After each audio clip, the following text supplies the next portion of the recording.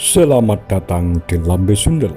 Sebelum Anda nikmati tayangan berikut, silakan klik like, subscribe, dan klik notification bell.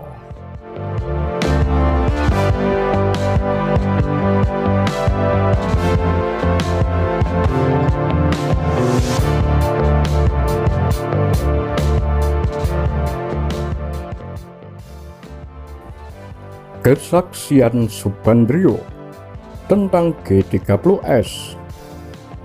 Nasib Abdul Haris Nasution. Nasution adalah perwira yang paling tinggi pangkatnya setelah Yani tiada. Saat itu dia sudah menyandang bintang 4, sedangkan Soeharto masih bintang 3. Di saat TNI Angkatan Darat terpecah secara tidak transparan dalam kubu-kubu di tahun 1960-an, kubu Nasution ditakuti oleh kubu Yani dan kubu Soeharto. Banyak politikus saat itu mengatakan bahwa Letnan Jenderal TNI A.H. Nasution paling pantas menggantikan Presiden Soekarno. Dia terkenal anti PKI, memiliki dedikasi yang tinggi dan termasuk jenderal yang diculik pelaku G30S. Dia lolos, namun anaknya tewas. Selain berpengalaman dalam bidang militer, Nasution juga matang berpolitik. Dialah pencetus ide Dwifungsi ABRI melalui jalan tengah tentara. Ia berpengalaman melakukan manuver-manuver politik yang dikoordinasi dengan menggunakan kekuatan militer agar tentara bisa masuk ke dalam lembaga-lembaga negara secara efektif di pusat dan daerah. Yang tidak banyak diketahui orang adalah bahwa dari sekian perwira senior yang paling ditakuti Presiden Soekarno saat itu adalah Nasution. Presiden Soekarno menjuluki Nasution sebagai pencetus gagasan negara dalam negara. Itu artinya ia berani menentang kebijakan Bung Karno. Di saat Yani masih ada pun, spekulasi yang berkembang adalah bahwa jika Bung Karno sudah meninggal atau sudah tidak lagi mampu memimpin Indonesia, maka pengganti yang paling cocok adalah Yani atau Nasution.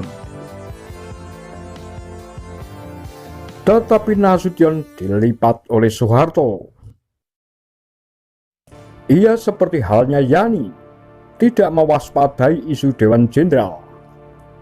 Dia benar-benar tidak awas soal berbagai kemungkinan yang bakal terjadi akibat isu tersebut. Dia benar-benar tidak tahu, bahkan tidak menduga, bahwa Soeharto yang pangkatnya lebih rendah berhasil menggosok Letnan Kolonel Untung untuk menghantam Dewan Jenderal. Akibatnya nyaris merenggut nyawanya, tapi meleset sehingga Ade Irma Suryani Nasution gugur sebagai bunga bangsa. Pertanyaannya adalah, mengapa Soeharto dalam mengambil tindakan-tindakan penting Angkatan Darat tidak melibatkan Nasution? Jawabannya, Soeharto memang menggunakan Nasution sebagai umpan untuk menarik kekuatan-kekuatan anti komunis, baik militer maupun sipil, yang berada di bawah pengaruh Nasution. Pada sisi lain, Nasution digunakan oleh Soeharto menjadi momok bagi Bung Karno, sebab ia tahu Nasution adalah orang yang paling berani menentang gagasan Bung Karno. Subandrio mengatakan Soeharto mengambil tindakan-tindakan penting tanpa melibatkan Nasution. Tentu ada contohnya. Salah satunya, berdasarkan informasi akurat yang Subandrio terima, sebagai berikut.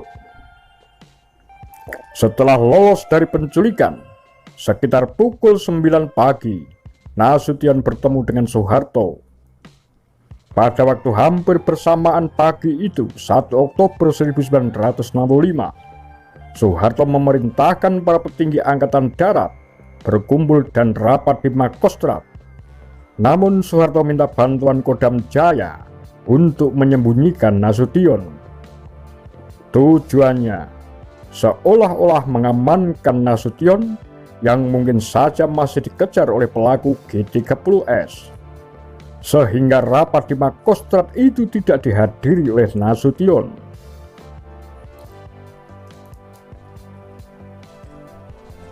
Menurut memori Yoga, dalam rapat langsung ditegaskan oleh Soeharto bahwa penculikan para jenderal yang baru saja terjadi itu didalangi oleh PKI.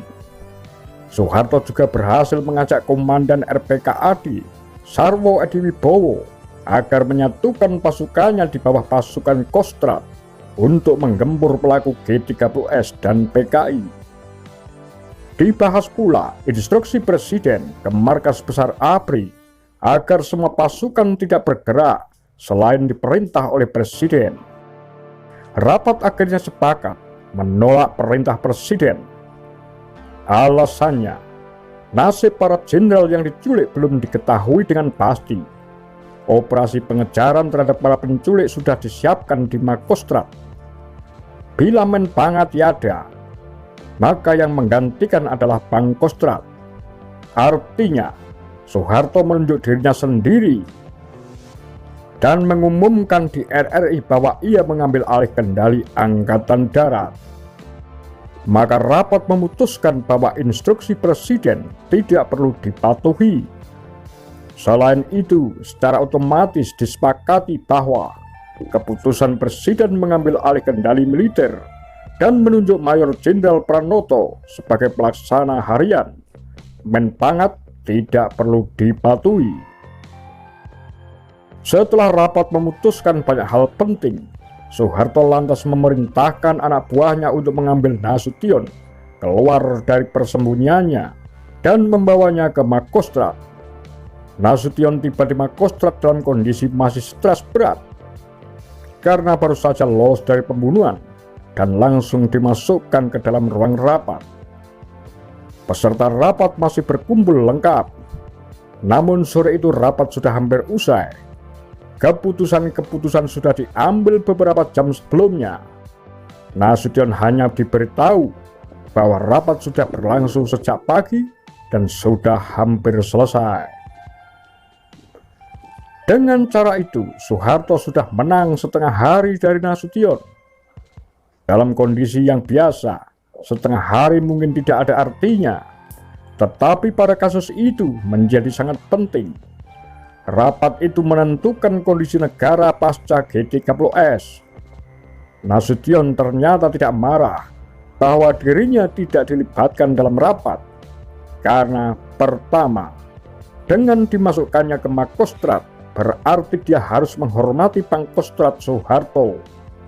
Dari cara Nasution disembunyikan Soeharto, lantas Nasution dibawa ke Makostrat, bisa jadi membuat ia merasa seolah-olah menjadi tawanan Soeharto.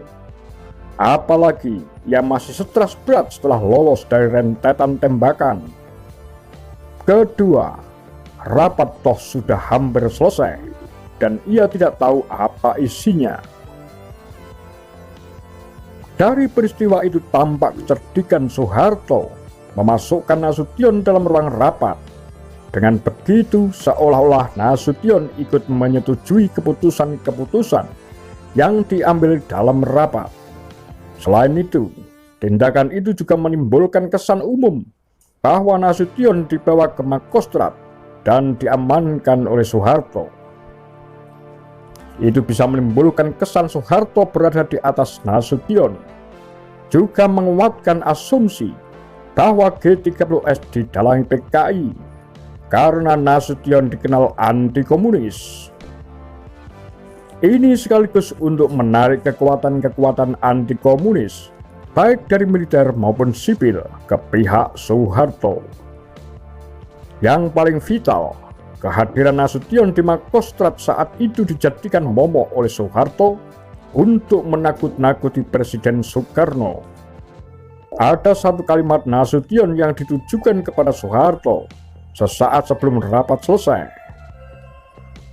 Demikian bunyinya, Sebaiknya Mayor Jenderal Soeharto secepatnya memulihkan keamanan agar masyarakat tenang.